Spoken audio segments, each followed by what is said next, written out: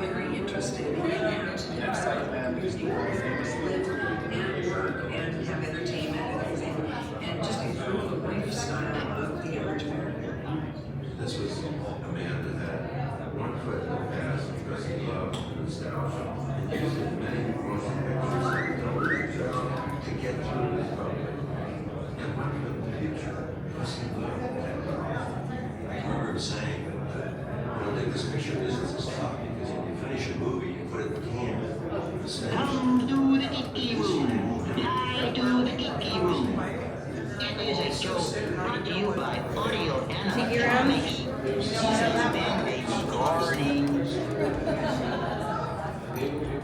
Expecting something and giving him something even beyond that. So they left thinking about asking how to do this.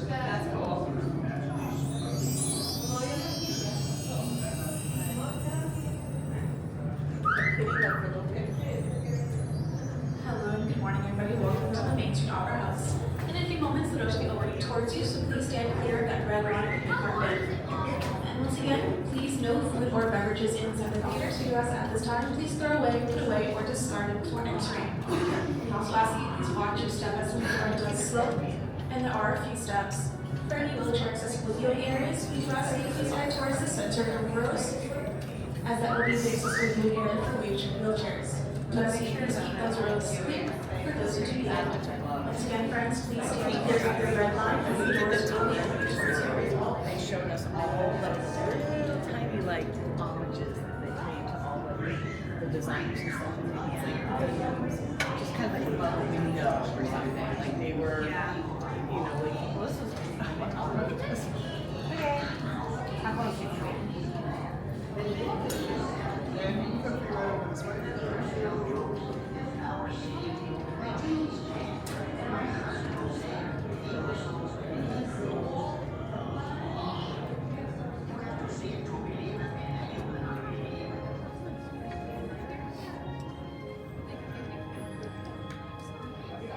You understand our vision. All right, if you want to, you can feel free to park them right next to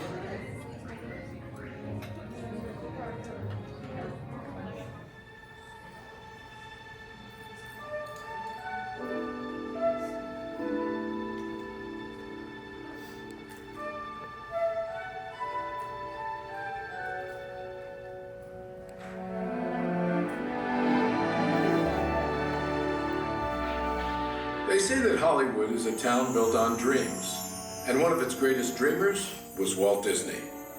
His life was filled with both exhilarating success and heartbreaking setbacks. But he never gave up. He just kept moving toward that great big, beautiful tomorrow. The story of Walt's life is truly a magical one, and no one could tell it quite like Walt himself. My dad worked as a carpenter in the World's Fair building. He eventually ended up in Chicago as a contractor, and he was doing that when I was born, December 1901. But my dad made some money as a contractor, then he wanted to get back to the farm. They finally ended up buying this farm in Marceline, Missouri. It was a beautiful farm, but it was not the kind of farm to make a living on. Things got pretty tough on the farm, and my dad had a sickness. So my dad sold the farm, took the money, and went to Kansas City. And my dad bought this Kansas City Star route. And they gave me a route. I was about 9 or 10 when I started that.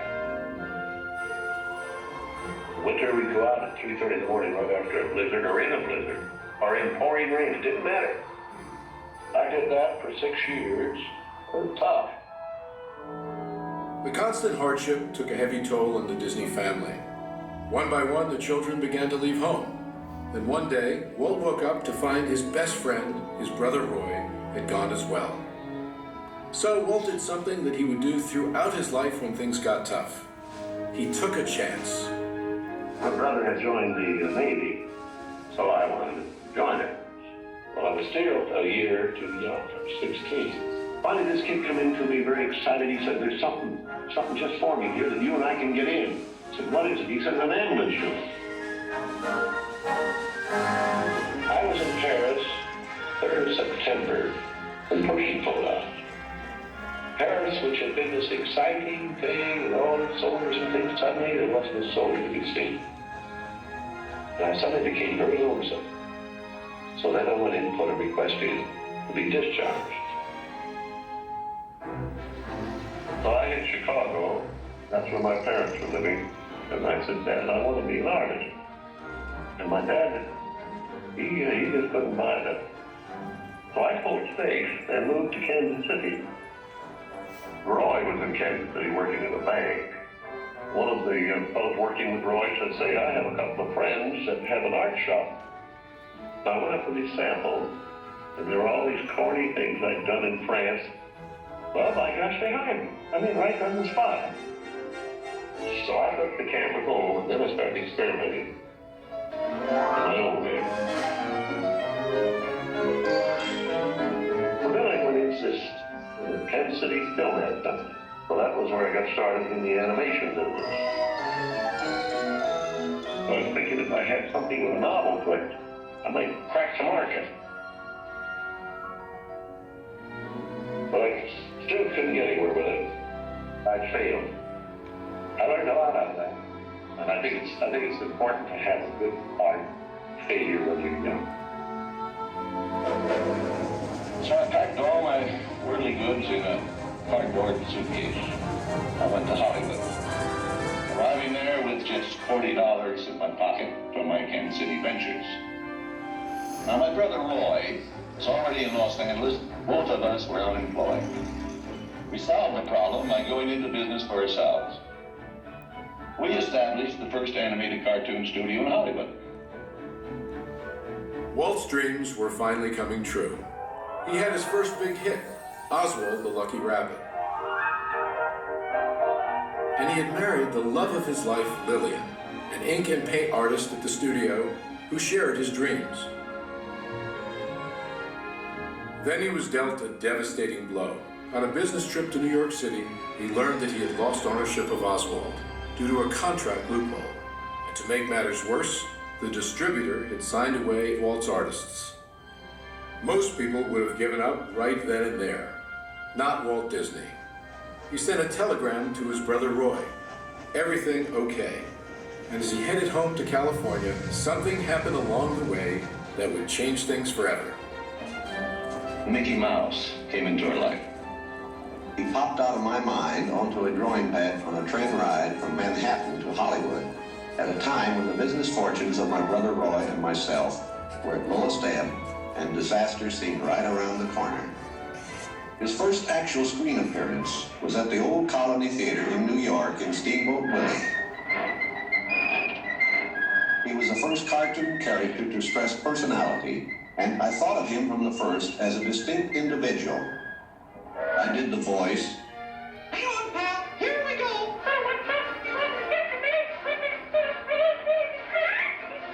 Mickey was simply a little personality assigned to the purposes of laughter.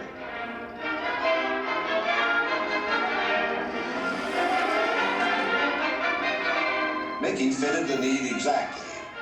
He brought in the money which saved the day. He enabled us to explore our medium, and he paved the way for our more elaborate screen ventures. By nature, I'm an experimenter, so I had another idea which was plaguing my brain. It was the Silly Symphonies. It was a series without a central character.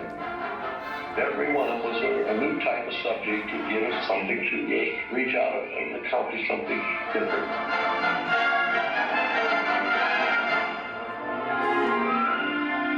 Then we started distributing both Mickey Mouse and the Silly Symphonies. It was nip and tuck, getting them out. Walt began to push himself and his artists. And when he wasn't working, he was worrying about the future. And then the inevitable happened. In 1931, he had what he called a heck of a breakdown. So he did something unique for Walt Disney. He took time off and took his wife on the first vacation they had ever had. When they returned, he was a new man, filled with ideas for the future.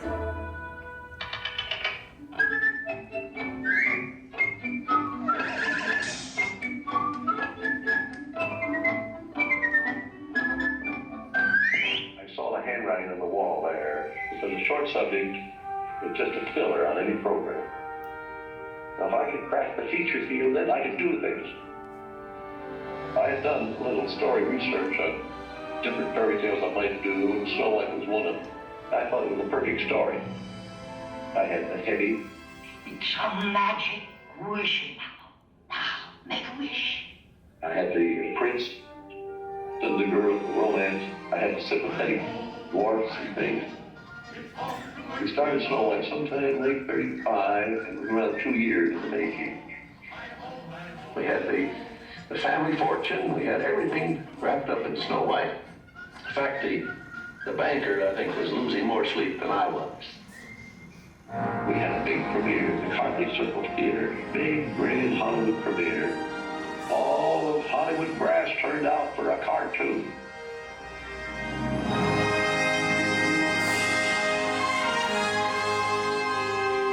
The Granny of Snow White and the Seven Dwarfs is going to be presented this beautiful statue. Isn't it bright and shiny? Oh, it's beautiful. Aren't you proud of it, Mr. Disney? Well, I'm so proud, I think I'll bust. With the profits of Snow White, I built a studio.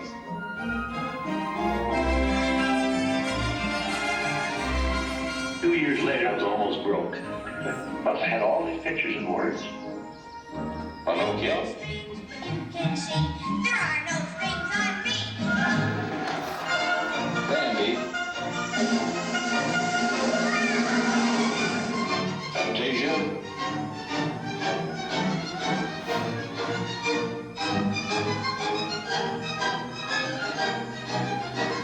That was when the war came.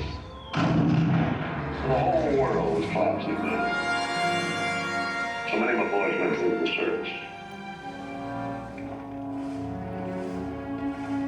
So I just practically stopped my feature production. That's all I could do.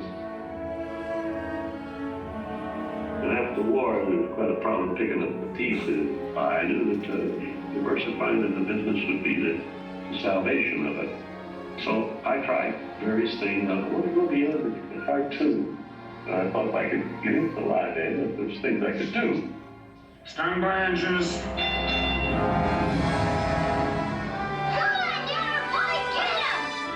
Not bad, eh, Charlie? Let's open her up and see what you really do. I wanted enough different types of things that I could fall on my nose. One of these pictures, but I had another one right behind it that would hit. After long concentration on live action and cartoon films, we decided to try something that would employ about every trick we learned in the making of films. We would combine cartoon and live action in an enormous fantasy, Mary Poppins. As the original Mary Poppins budget of $5 million continued to grow, I never saw a sad face around the studio. If my brother Roy was happy, this made me nervous. And a horrible thought struck me. Suppose the staff had finally conceded that I knew what I was doing. Once again, Walt Disney had created storytelling magic to reinvent family entertainment. But even then, he wasn't finished. He had a bigger dream in mind. Well, it came about when my daughters were very young, and Saturday was always Daddy's Day with the two daughters. So we'd start out and try to go someplace with, different things, and I would take them to the merry-go-round, and I took them different places, and as I'd sit there while they rode the merry-go-round, did all these things, I felt that there should be something built, some kind of an amusement enterprise built where the parents and the children could have fun together. So that's how Disneyland started. Takes a lot of money to make these dreams come true. And we had everything mortgaged, including my family. We started with many ideas, threw them away, started all over again. Eventually it evolved into what you see today as Disneyland. But it all started from a daddy with two daughters wondering where he could take them, where he could have a little fun with them too. The art means a lot to me in that something will never be finished, something that I can keep developing and adding to. Not only can I add things but even the trees will keep growing. The thing will get more beautiful every year. I knew that if I did anything like the park, I had to have some sort of a medium like television to let the people know about it. The world is a carousel of color, history, comedy, fantasy. There's drama and mirth, there's old Mother Earth, with all of her secrets to see. The miracle of imagination, the marvels of earth, sea, and sky. These wonders untold are ours to behold in the funny world, the sunny world, the wonderful world of Earth. And now your host, Walt Disney. Today, I want to share with you some of our ideas for Disney World. Here in Florida, we have something special we never enjoyed at Disneyland, a blessing of size.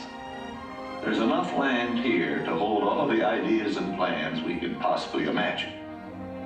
We know what our goals are, we know what we hope to accomplish, and believe me, it's the most exciting and challenging assignment we've ever tackled at Walt Disney Productions. Throughout his storied career, Walt never gave up, despite the many challenges along the way. For his visionary work, he received hundreds of awards from all corners of the globe, more Academy Awards than any individual in history, and the Presidential Medal of Freedom for a lifetime of inspiring others. He created dreams that live on today for millions around the world. But with all of that, when asked to name his greatest reward, Walt's reply was surprisingly humble. Well, my greatest reward, I think, is that I've been able to build this wonderful organization, and also to have the public appreciate and accept what I've done all these years. That is a great reward. But all individuals are different. I had a brother who I really envied because he was a mailman. But he was the one that had all the fun. He had himself a trailer, and he used to go off and go fishing, and he didn't worry about payrolls, that story, he just had picture grocers or anything, and he was the happy one. I always said, he's the smart Disney. You know, I was stumped one day when the little boy asked, "Do you draw Mickey Mouse?" And I had to admit, I do not draw anymore. Well, then you think up all the jokes and ideas. No, I said, I don't do that. Finally, he looked at me and said, "Mr. Disney, just what do you do?" Well, I said, sometimes I think of myself as a little bee. I go from one area of the studio to another and gather pollen and sort of stimulate everybody. I guess that's the job I do. You know, there's a lot of satisfaction in developing ideas into realities, but there's really no secret about our approach. We keep moving forward, opening up new doors, doing new things, because we're curious. And curiosity keeps leading us down new paths. We're always exploring and experimenting. We're interested in doing things that are fun, in bringing pleasure and especially laughter to people. But I only hope that we never lose sight of one thing. It was all started by a mountain.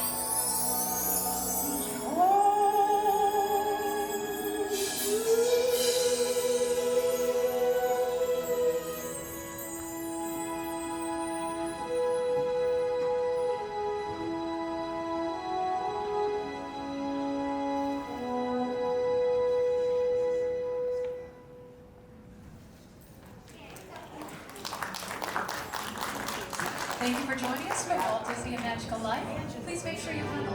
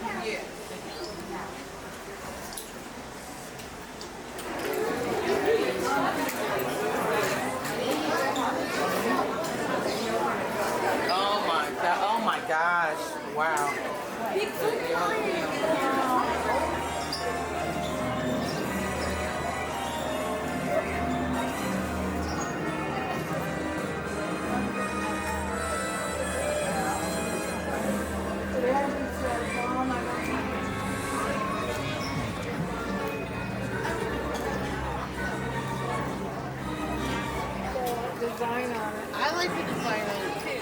Someone kind of had a bust on it. Oh yeah, the ring, right?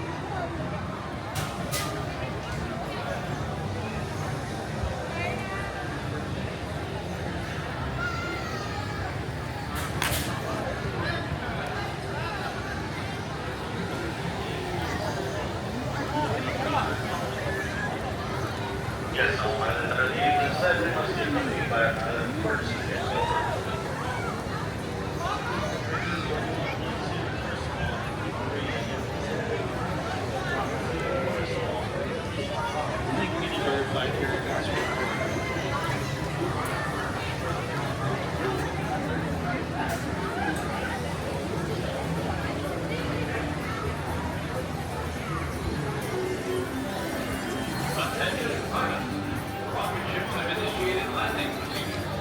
Please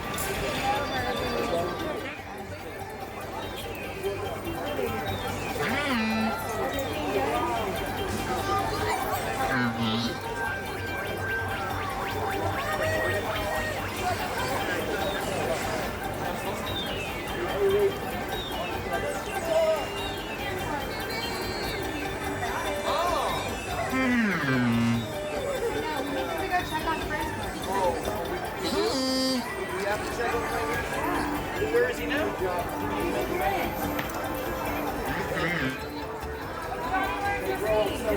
be on our way.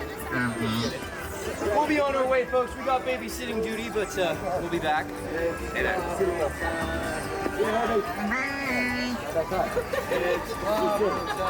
Yes, it is. All right, he's got it down. You're welcome. Good to see you.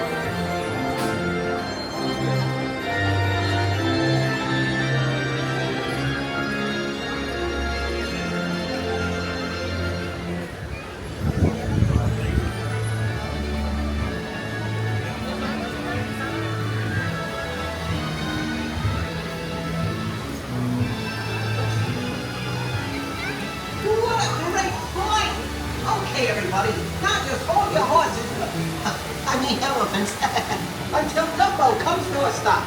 Then you can walk to the nearest exit. See you soon.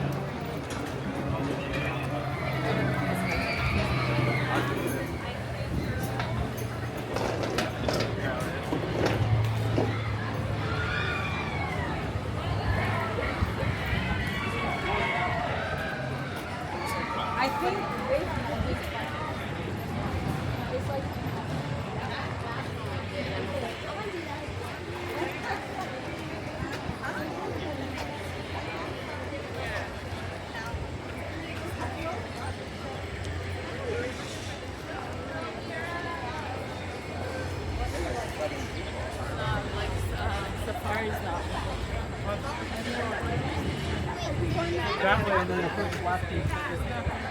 Okay, first hold.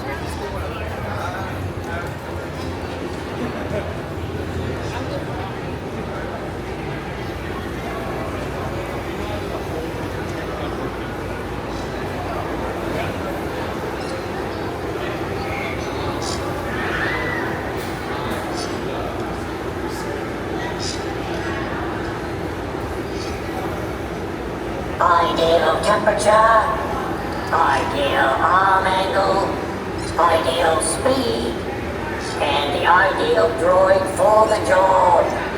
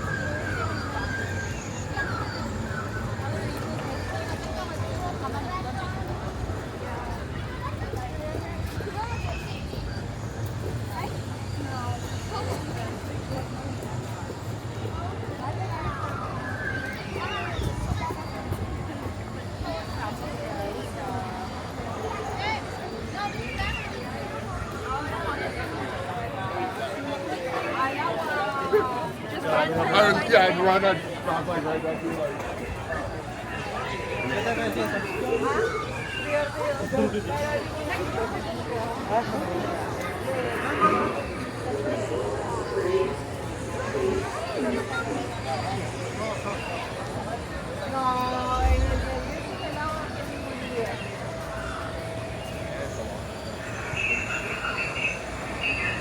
Active ordnance deck conditions on deck 3.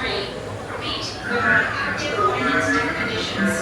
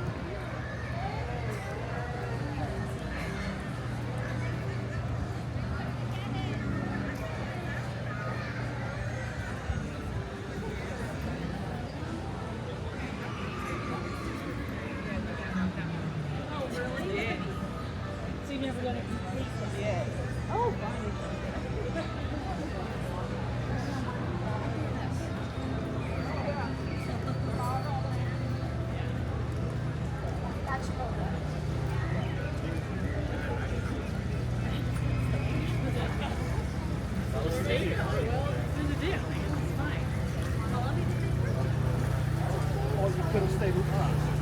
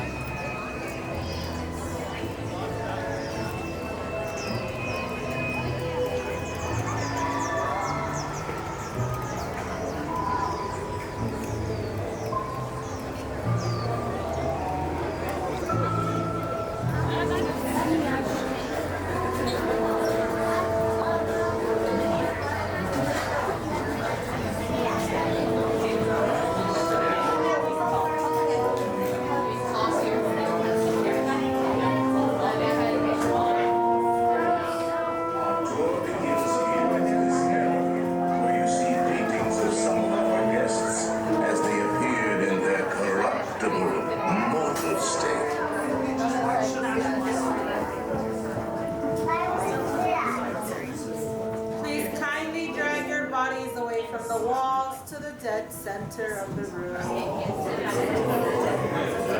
Your cadaverous pallor betrays an aura of foreboding, almost as though you sense a disquieting metamorphosis. Is this haunted room actually stretching? Or is it your imagination? And consider this dismaying observation. This chamber has no windows and no doors. Which offers you this chilling challenge to find a way out. Of course, there's always my way.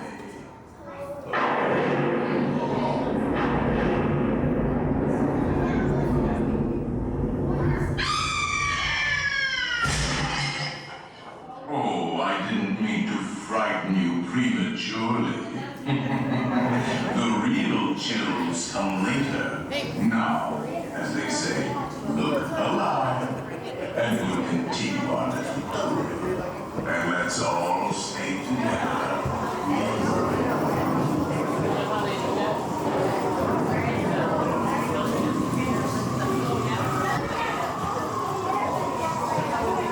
There are several prominent ghosts who have retired here from the Actually, we have 999.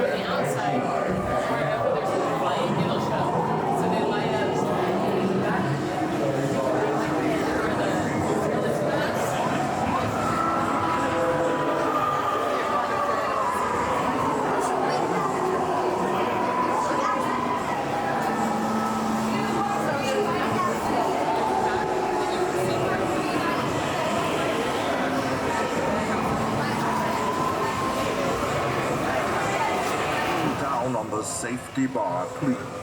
I will lower it for you. And heed this warning. The spirits will materialize only if you remain safely seated with your hands, arms, feet, and legs inside. And watch your children, please. Para su seguridad, permanezca sentado y mantenga las manos, brazos, pies y piernas dentro del vehículo y cuide a los pequeñitos. Y ahora, prepárese.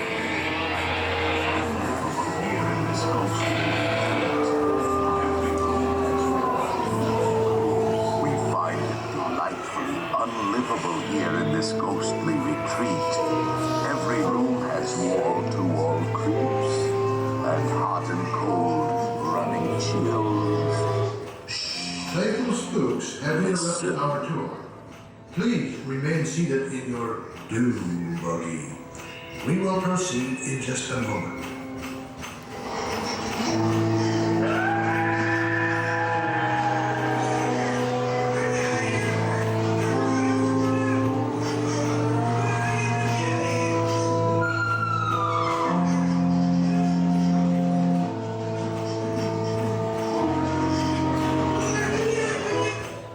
We have been unavoidably detained by pranky spirits. Kindly remain seated in your doom buggy, please. We will continue our tour momentarily.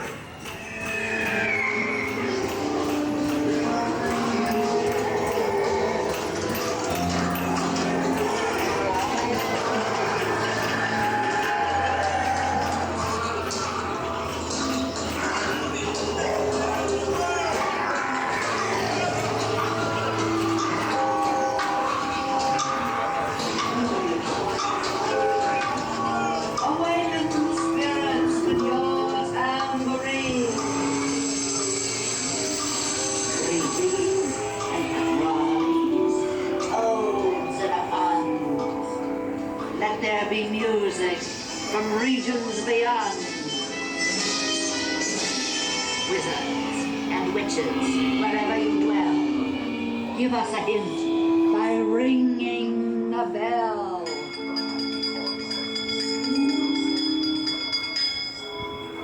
Serpents and spiders, pale rats, all in the spirits, wherever they're at. The happy haunts every seed your sympathetic vibrations and are beginning to materialize. They're assembling for a swinging wake. They'll be expecting me. I'll see you all a little later.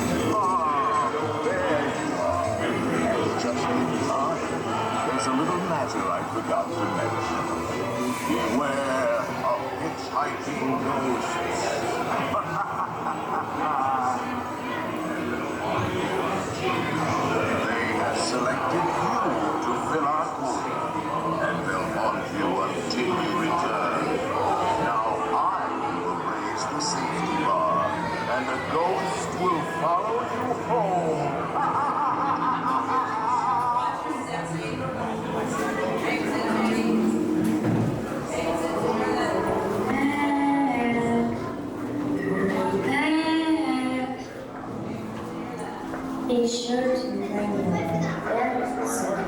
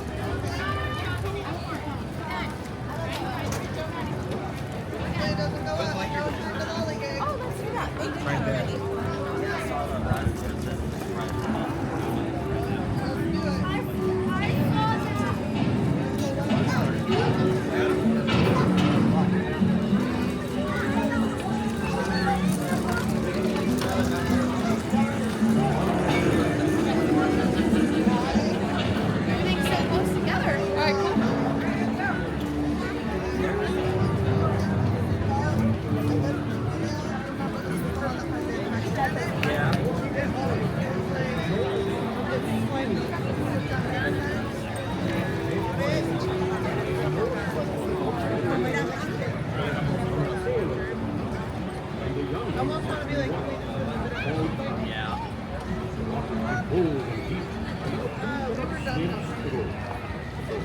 falls overboard will be staying overboard. Will be shooting out in the ship's Since this is a fine wooden ship, you must go for the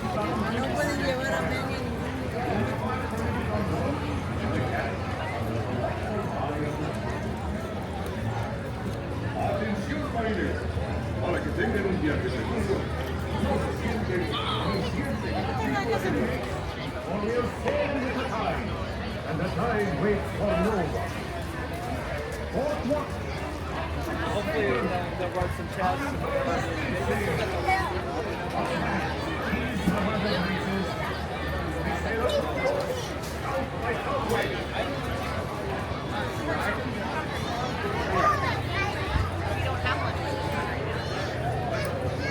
This is good.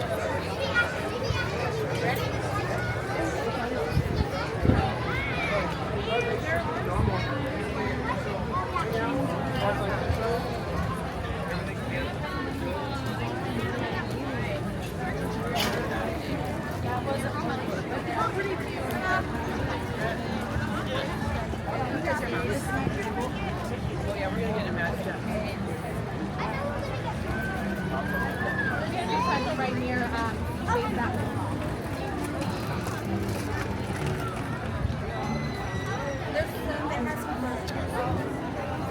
Gotta find out where.